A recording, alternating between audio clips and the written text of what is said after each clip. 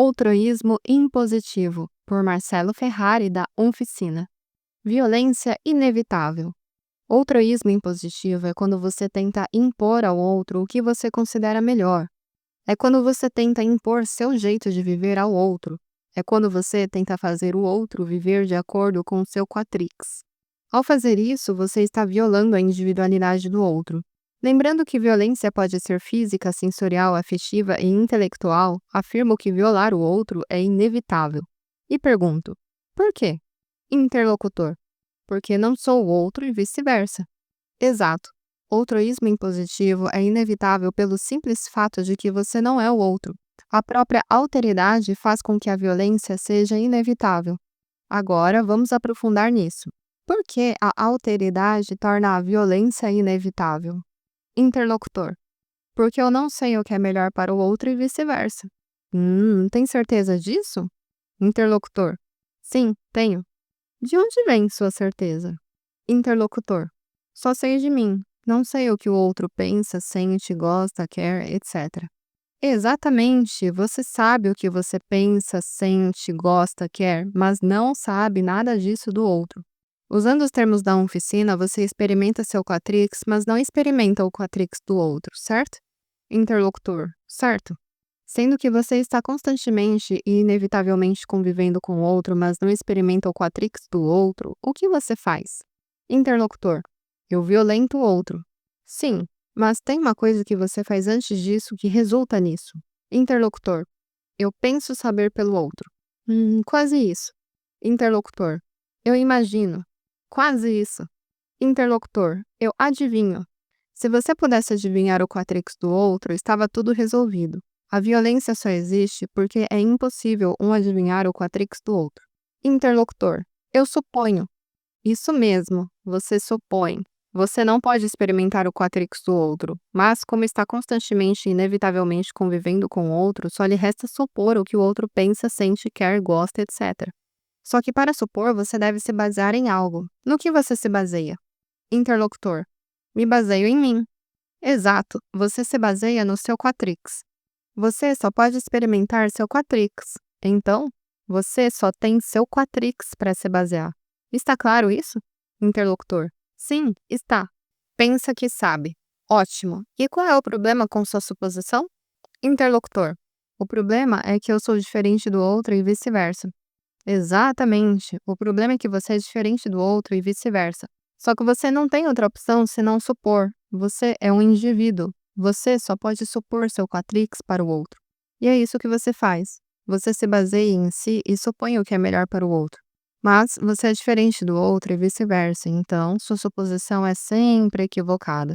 Interlocutor, estou há 33 anos batendo na mesma tecla. Finalmente entendi. Outroísmo impositivo é uma opção quase inevitável. Sua própria natureza de indivíduo lhe induz a viver de forma outroísta e impositiva.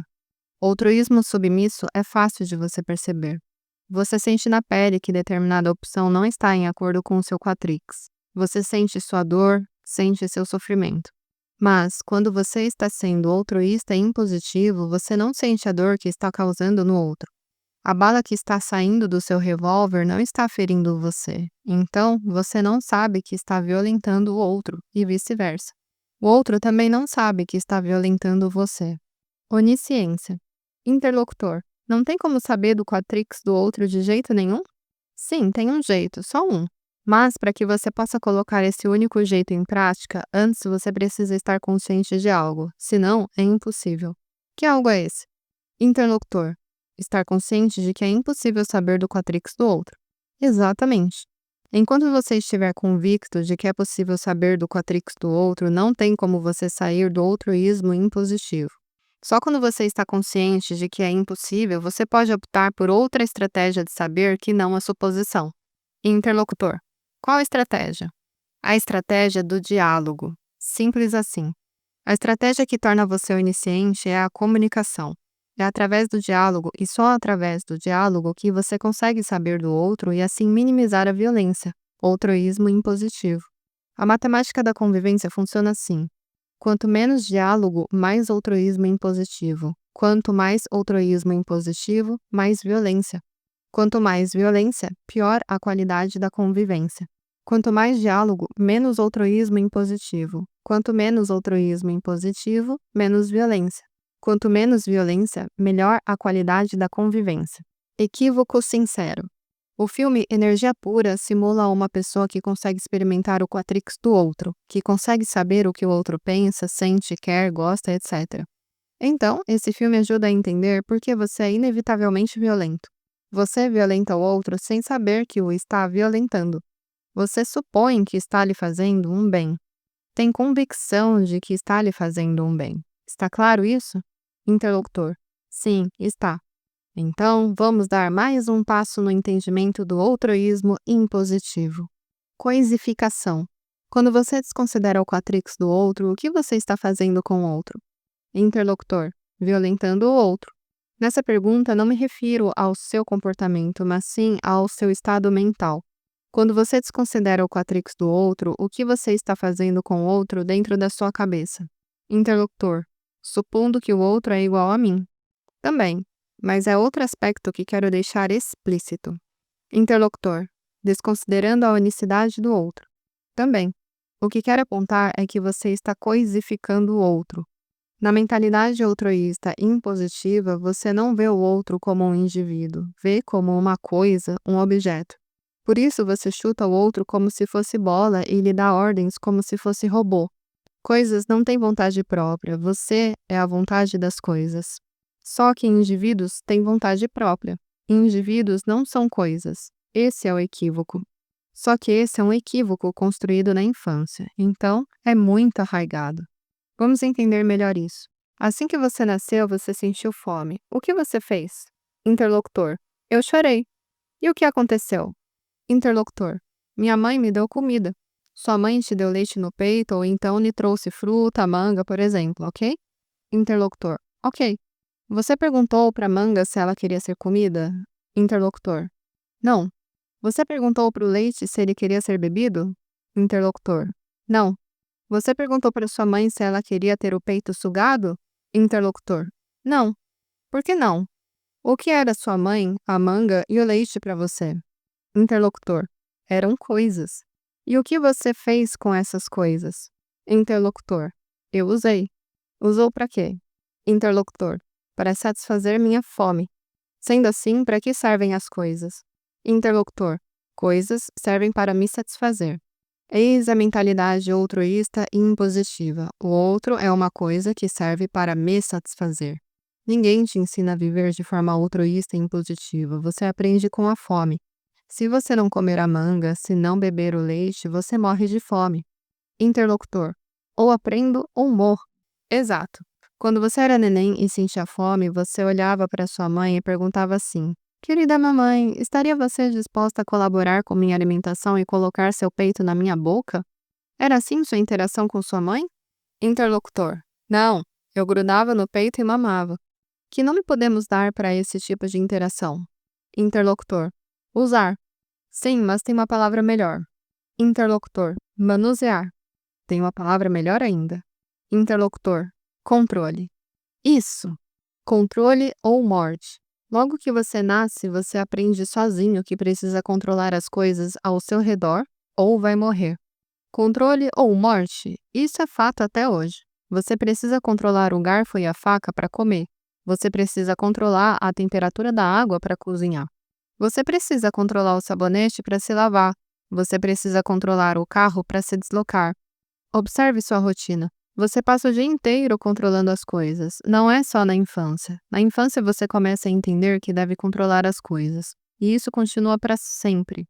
E você não controla apenas para não morrer de fome. Comer não é seu único desejo. Você também quer ter prazer, por exemplo. E para ter prazer, você pode, por exemplo, controlar a televisão e colocar no filme que você gosta. Você também quer afeto, apreço, amor. Você também quer verdade. E para satisfazer tudo isso, controle. Cooperação.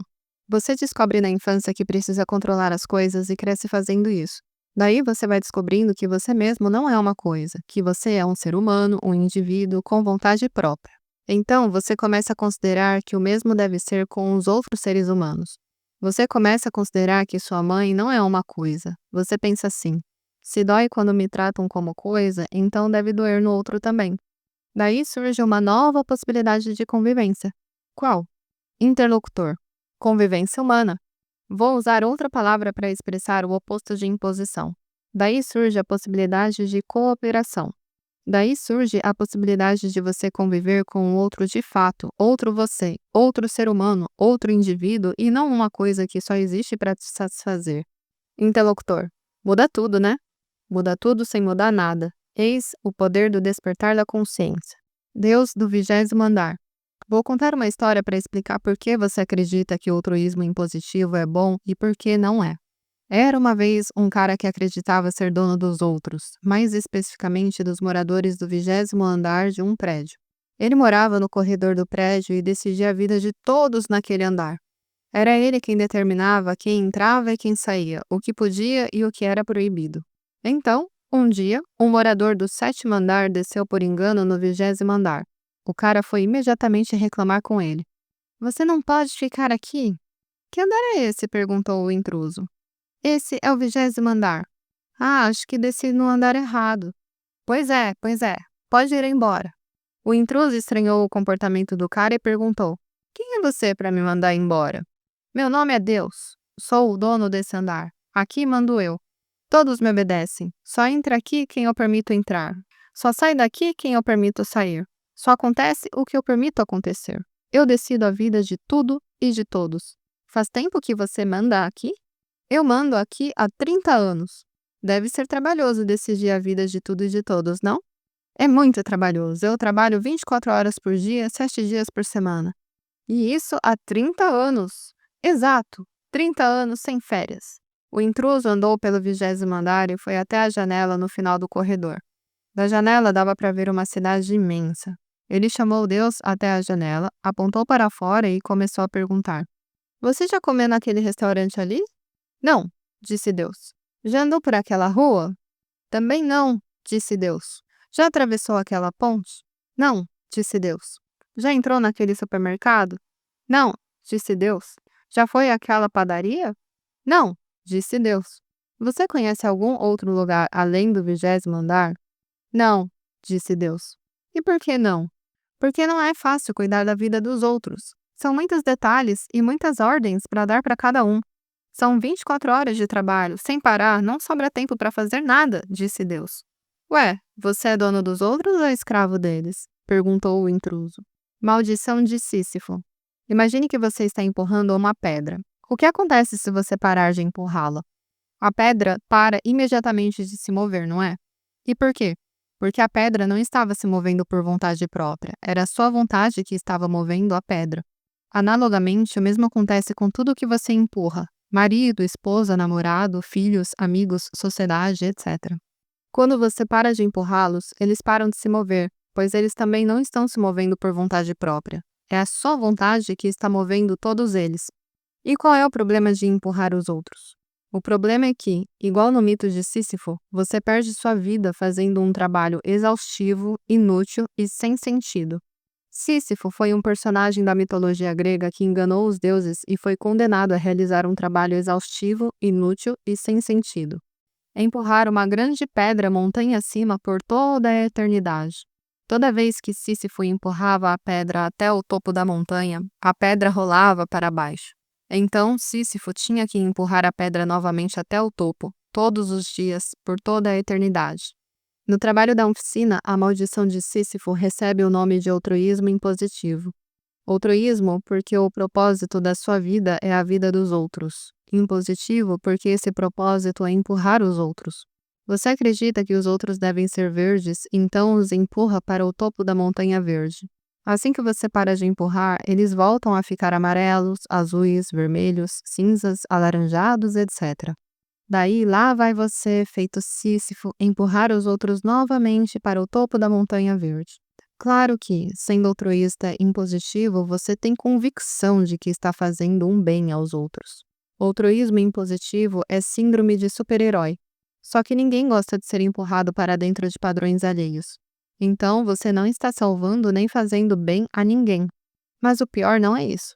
O pior é que se você passar a vida empurrando a vida dos outros, como vai empurrar a sua? A grande maldição de Sísifo não é que ele jamais obterá êxito em sua missão, mas que irá perder sua vida fazendo um trabalho exaustivo, inútil e sem sentido. A grande maldição do altruísmo impositivo também é essa. Quanto mais você tenta ganhar no jogo de controlar a vida dos outros, mais você perde o controle da sua própria vida. Você vive mal, pois se já é problemático viver empurrando uma pedra, mais problemático ainda é viver empurrando seres humanos que possuem vontade própria e arbítrio. Sísifo está condenado mesmo, não tem jeito, pois a maldição de Sísifo é um castigo dos deuses. Só que o mesmo não ocorre com a maldição do altruísmo impositivo. Não é um castigo dos deuses. Nada nem ninguém obriga você a viver de forma altruísta e impositiva. É uma escolha sua. Você mesmo se obriga a viver igual Sísifo. E essa é a boa notícia, pois, sendo opção sua, você sempre pode mudar de opção. Abra a mão, a pedra cai sozinha. Pergunta que não quer calar. Minha mãe, como toda mãe, tentou me encaixar no gabarito dela. Só conseguiu sofrer com isso. Quando vinha me catequizar, eu dizia, livre-arbítrio. Minha mãe deve ter me escutado falar livre-arbítrio 1 milhão de vezes. Ela queria subir pelas paredes de raiva, mas entendia perfeitamente. Minha mãe usava outras estratégias além do sermão da montanha. Usava chantagem emocional, ameaça, castigo. Nada adiantava frente ao incorruptível livre-arbítrio. E foi assim, sem jamais explicar nada para ela, que lhe ensinei todo o catecismo da boa convivência. Minha mãe foi criada para obedecer. O catecismo dela foi a vara de marmelo. E como ela era desobediente, estava sempre apanhando. Mas ainda assim repetiu comigo o mesmo comportamento da mãe dela com ela. Por amor, claro, muito amor. Só que amor ignorante da universalidade. Muitas vezes tenho a sensação que os alunos da oficina, principalmente as alunas mães, vêm estudar na oficina justamente para me ouvirem dizer a elas o mesmo que dizia para minha mãe: livre-arbítrio. A pergunta que mais ouço dos alunos é: o que eu faço? Ora, o que eu faço é a pergunta que perpetua o problema. O que eu faço é mais do mesmo. O que eu faço é trocar 6 por meia dúzia. O que eu faço é pegar mais farinha no mesmo saco. Nada novo resolve porque são reformulações do mesmo equívoco. A solução não está na pergunta o que eu faço. A solução está na pergunta o que devo parar de fazer. Para viver e conviver bem, você deve parar de tentar controlar o arbítrio do outro. Anda, aranha! Um cientista arrancou uma das patas de uma aranha e disse: Anda, aranha! A aranha andou. O cientista pegou seu bloco de notas e escreveu: Aranha com 7 patas anda. Depois ele arrancou mais uma pata da aranha e repetiu: Anda, aranha! A aranha andou. O cientista pegou seu bloco de notas e escreveu: Aranha com 6 patas anda.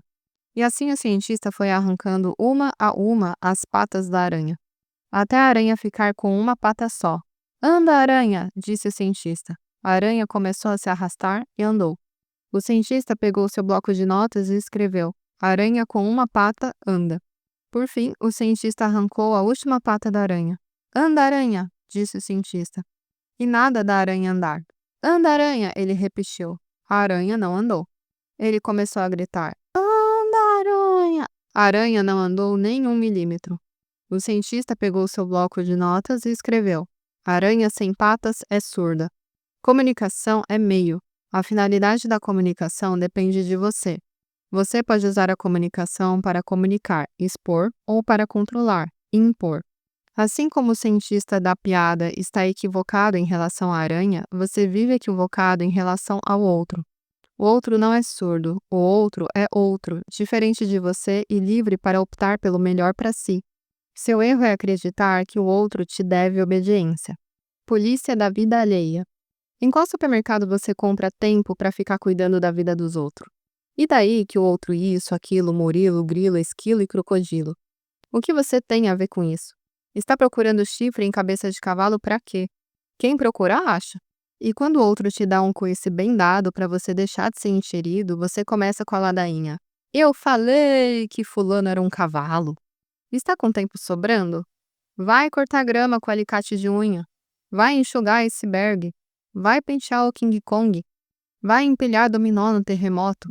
Vai contar pingo de chuva. Vai fazer qualquer coisa ao invés de ficar plantando vento para colher tempestade.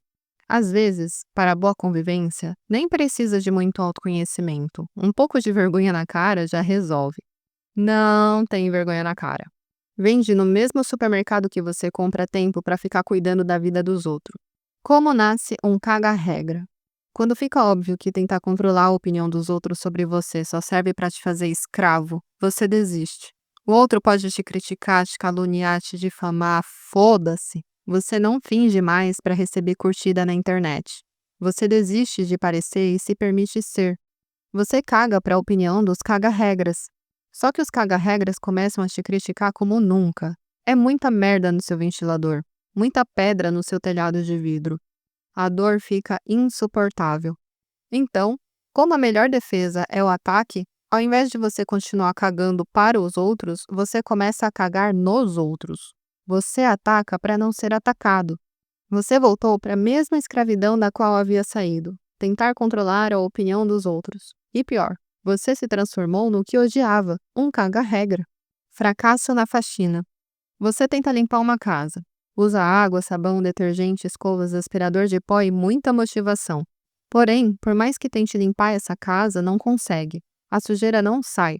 A bagunça continua.